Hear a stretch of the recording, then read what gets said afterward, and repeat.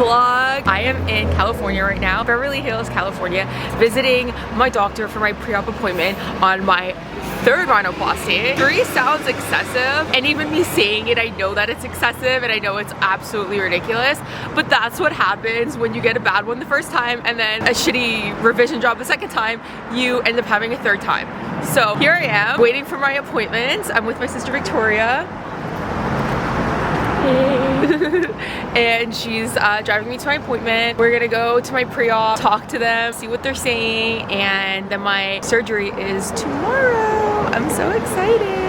I hope to just finally look like my natural self. That's like my goal with their surgery, is just to look like my natural self again. And the goal with the first surgery wasn't for me to look any different. It was for me to get the smallest changes done, just to kind of like finesse it, you know, make me go from pretty to prettier, you know, put myself on the map a little bit more, make myself just give that little oomph, that's it.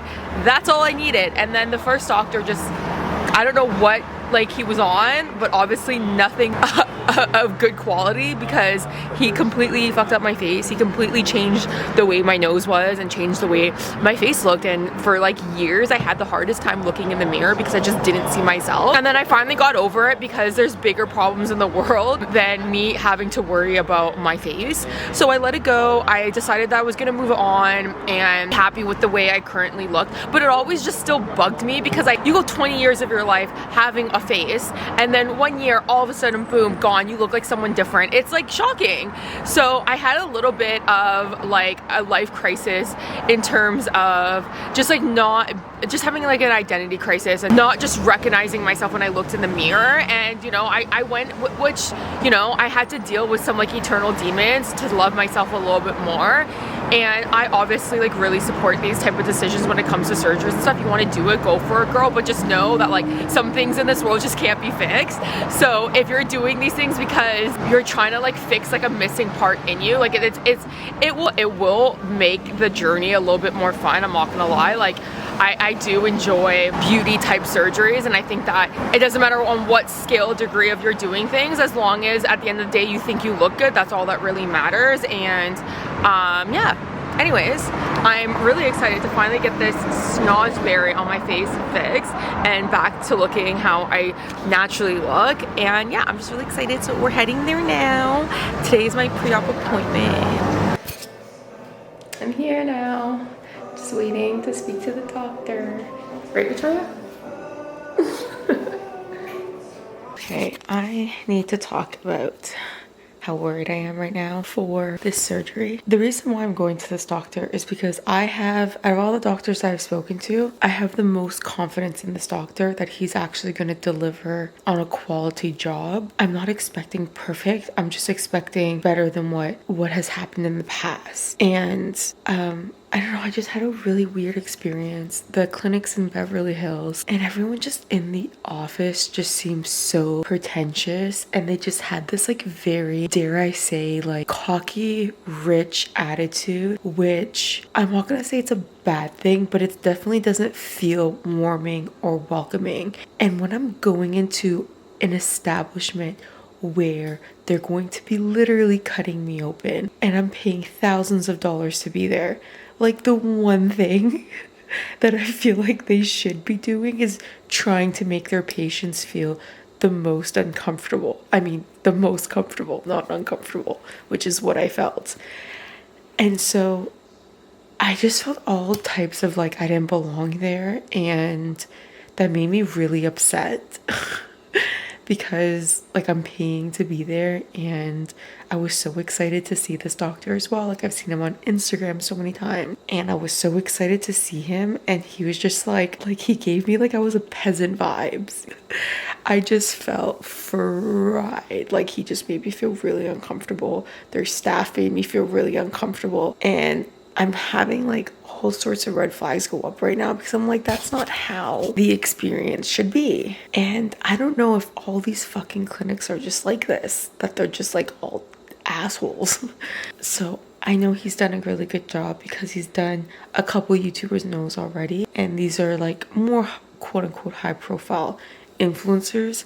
So I do trust him. I just don't like how I was treated, and because of that, I'm now scared. And I'm just like worried because I want to close this chapter of my life. Like I was done dirty by my first initial nose job. Like I didn't even want a huge job done. I literally just wanted the smallest done to my nose. I've always just wanted the smallest things done to me, just because I felt like, oh, like I look good, but I felt like I could look like even more enhanced if I got something small done. And so now I'm in a position where I have to do something a little bit bigger. Like they're cutting my scalp open to get like fascia from here. They're ripping out a rib cartilage. Like this is like a serious surgery. I'm just scared, and I'm starting to feel regret because of how I was treated from this clinic, but like there's no going back. I paid my money. They have my money. I cancel tomorrow, I lose my money. I'm tapped out, you know, like it is what it is, but I know it's gonna go well, but it's just shitty that I feel this way before my surgery. Like a day before, like I was so excited to go to this clinic. I was so excited to meet this doctor, and they were just so not welcoming. Their attitudes were really trash, to be honest with you. And yeah, I'm just like not into it. I feel like hospitality for me is like the number one thing in like a service. Like, I don't know, I'm just like really scared. Okay, I'm on my way to the surgery right now. This is just driving. I'm still a little bit worried. I've been kind of sad all morning, but I know it's gonna go well. I picked it for a reason.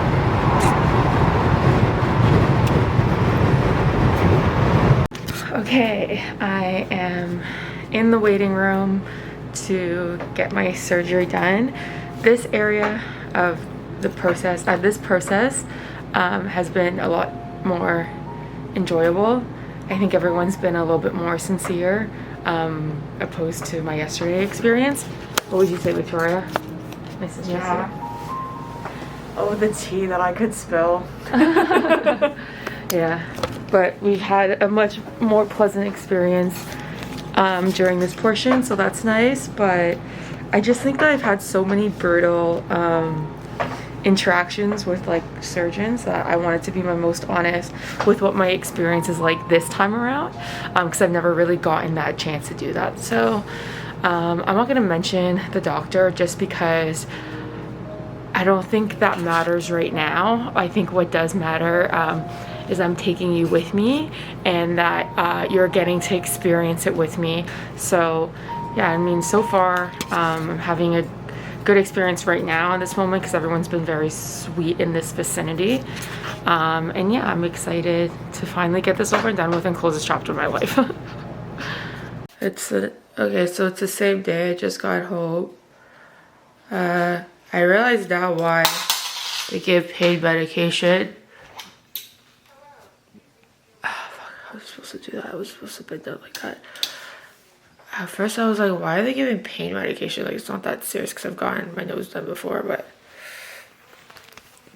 this is why. They take a rib, so that's why they give you pain medication, and they take fascia from your scalp. So that's why I can take pain medication.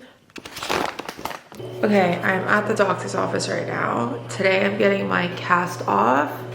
The staples out of the side of my head out. And then I also have, some stitching here. Also, the nurses told me that I was diabetic the last time I was here, so I'm trying to figure out if I actually am or not. I don't know. They like randomly told me the first time I was here, which I haven't mentioned it, but they looked at my blood sugar levels and they like basically told me that I'm diabetic. So I don't know. I'm trying to figure out right now what they meant by that.